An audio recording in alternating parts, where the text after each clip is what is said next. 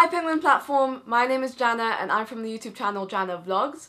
I'm a British Arabic YouTuber and today I want to talk to you about books, obviously. So I want to tell you about the books that if I could go back in time, meet myself at 15, these are the books that I would tell myself to read and I would say, hey, read these very carefully and learn everything that you need to learn from these books. I'm 22 now and honestly from experience, being 15 is a very difficult thing.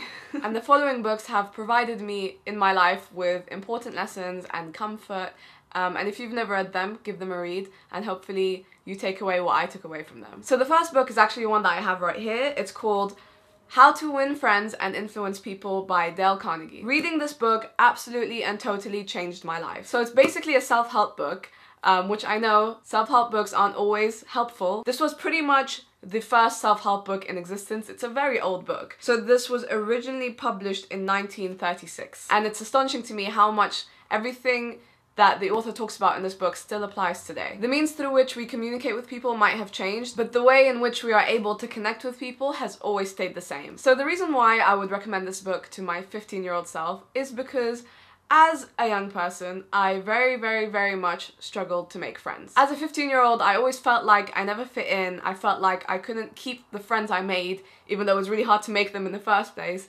And I just felt like people were being really mean to me all the time. I didn't understand what I was doing wrong. I thought I was a very clever and funny person, and I always wanted to impress people with my stories and my jokes and my knowledge. Turns out it doesn't work that way. Not one bit. So the key lesson that I took away from this book is one that I literally live by. It's to have a genuine and sincere interest in other people. I used to care more about what I had to say and what I could say to impress other people and to make them want to be my friend. But what this book made me realize is that being genuinely interested in what other people have to say is what's going to form that lasting connection. Nowadays, instead of thinking about what I'm going to say, I'm constantly asking questions. I want to know what someone's story is. I want to know what they're passionate about. And because I have a genuine interest in them, whatever they want to talk about, I get excited about it because I feed off the energy that they give off by talking about something that they really want to talk about. It also taught me quite a bit about how to correct or criticize people. Occasionally, especially as a teenager, I was a very blunt and direct person. I still am, but nowadays if I'm trying to improve something, if I want to give some sort of feedback to someone, I will never go about it in a direct way because at the end of the day, people will just get defensive. No one likes to be told they're wrong, and if they are, especially in front of other people, they're going to want to defend themselves and it's just going to make them resent you. They're not actually going to take on board anything that you say. So 15-year-old Jana, when you want to correct someone, there's a certain way to go about it to not make them feel like they hate you. So the second book that I would recommend to my 15-year-old self is another one that I have right here. It's called An Abundance of Katherines by John Green. Okay, so I've read literally everything John Green has ever written. I love John Green, I think he's an amazing author, and I think An Abundance of Katherines is actually a really underrated John Green book. Everyone talks about Looking for Alaska, everyone talks about The Fault in Our Stars, but I think that this is a great book. So the main character in this book is basically a teenager who used to be a child prodigy, and he's only exclusively ever dated girls called Catherine, with a K. He's a bit too smart for his own good, and he's a little weird. And that describes me perfectly when I was 15. First of all, the main character's best friend is a Muslim character. I've hardly ever seen a Muslim or Arabic character on TV or in the movies or in books ever. So I was born in Saudi Arabia and I grew up here in London, and a lot of the time I felt like I didn't fit in at all. I didn't feel like there was anyone I could relate to, no one that I could really look to and say, yeah, that's exactly what my life is like. I didn't really have any Arabic role models growing up because I grew up in London all my life, but at the same time I knew I didn't fit in 100% with all of my English friends. And when you're 15, all you want to do is fit in. You don't want to stick out as the Arab girl or the Saudi girl. You don't want to be seen as different from other people or weird. I know it could seem a bit insignificant because it's just a character in a book. He's not even the main character. But I feel like I really would have benefited from feeling like I was represented in the books that I was reading. Another aspect of this book that I feel like I would have really learnt something from is that the main character basically tries to make up a formula for relationships, which is obviously not a thing. You can't take two people, put them in a mathematical formula and figure out whether they're gonna be together forever or not. But he tries. I think I really relate to that because I'm the kind of person that gets so much anxiety not knowing what's going to happen in the future. I'm not a patient person and I don't like to wait and see. I need to know exactly what's going to happen, and if I don't, I will just run away and hide forever, which I probably don't need to tell you, it's not a very good way to live your life. The character eventually realizes relationships are a risk.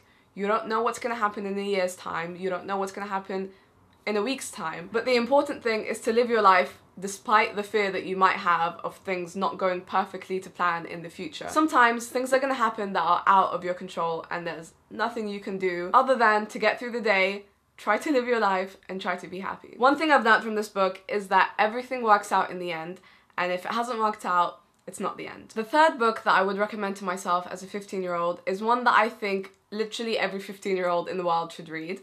I do also have it right here. It's called The Perks of Being a Wallflower. The review on the cover of this book I really agree with. It says, "In the tradition of The Catcher in the Rye, poignant reflections of life, love, and friendship." I definitely think that The Perks of Being a Wallflower is like our generation's Catcher in the Rye. At 15 years old, I had incredibly low self-esteem. I felt very lonely, very shy.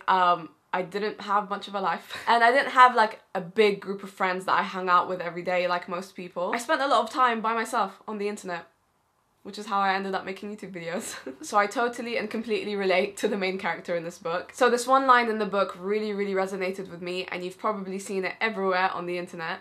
It goes, "We accept the love we think we deserve." When you have low self-esteem, when you're shy, when you've got a lot of insecurity, you might feel like you don't deserve to be treated with respect, with love, with support, with understanding. You could end up surrounding yourself with people who aren't very good for you, people who are negative, people who are toxic, people who feed off bringing you down. And it can be easy to believe that that's what you deserve. No matter who you are in the world, no matter how shy you are, no matter how weird or uncool you feel, the people that you surround yourself with should always be loving and supportive. Wow, this is getting so deep.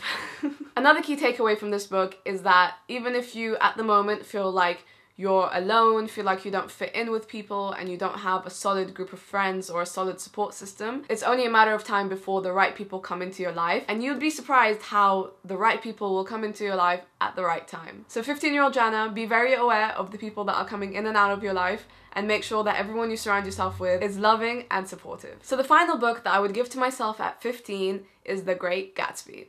What a book. There are a couple of really important lessons that I feel like I would have benefited from as a 15-year-old. I don't want to give too much of the book away in case you've never read it. It's a very great book. The first thing is that the main character, Great Gatsby, has this huge mansion. He throws these extremely luxurious, extravagant parties, and there's a lot of stuff, and it's very expensive. The book was set in a time where it was very trendy to be luxurious and over the top and extravagant. Excess and abundance made people maybe forget about their morals a bit and just party hard every single week. Now that is the kind of lifestyle that at 15 years old you probably wish you had. It can be easy when you're young to not have a lot of perspective and to be a bit materialistic. I'm not gonna lie, I like designer handbags, I like expensive watches. Who doesn't? I mean, it's human nature to always want more stuff. That's it, that's the way we are. But a big takeaway from Gatsby is to not lose yourself within all of those material objects. Having the latest iPhone or the freshest trainers, Jana, at 15, I'm talking to you here, those things will not make you happy. The things that will make you happy at 15, having a sense of purpose, a hobby that you're getting better and better at every week, connecting with people, learning new things, all of those things will make you feel happy and full in your life. And the final thing that really resonated with me in The Great Gatsby is the fact that the main character extremely romanticized the idea of the girl that he liked in his head. At 15 years old, you might not have a lot of control in your life. You have to go to school even if you don't think it's for you, or even if there's certain subjects that you don't like. You have to go home after school and listen to everything that your parents tell you to do because you live in their house. And for that reason, it can be very easy to be inside your own head a lot and exaggerate situations and be a bit dramatic about things. So the lesson that I hope my 15-year-old self would learn is to stop thinking and just live your life. Even though you might not have all of the independence or all of the control in your life, if there's things that you want to do, go out and do them. Don't romanticize things or people in your head. I guess what I'm trying to say is I definitely needed multiple reality checks at 15. Don't fixate on little things that you can't have and you can't do. You're gonna end up blinking and being 22 years old and wishing that you didn't waste any time doing that. That's it from me, guys. If you enjoyed this video, please don't forget to subscribe to Penguin Platform. They put out new videos every single Thursday, and I also made a video on my channel. Go ahead and check that out. There will be a link in the description. But that's it. I'll see you next time.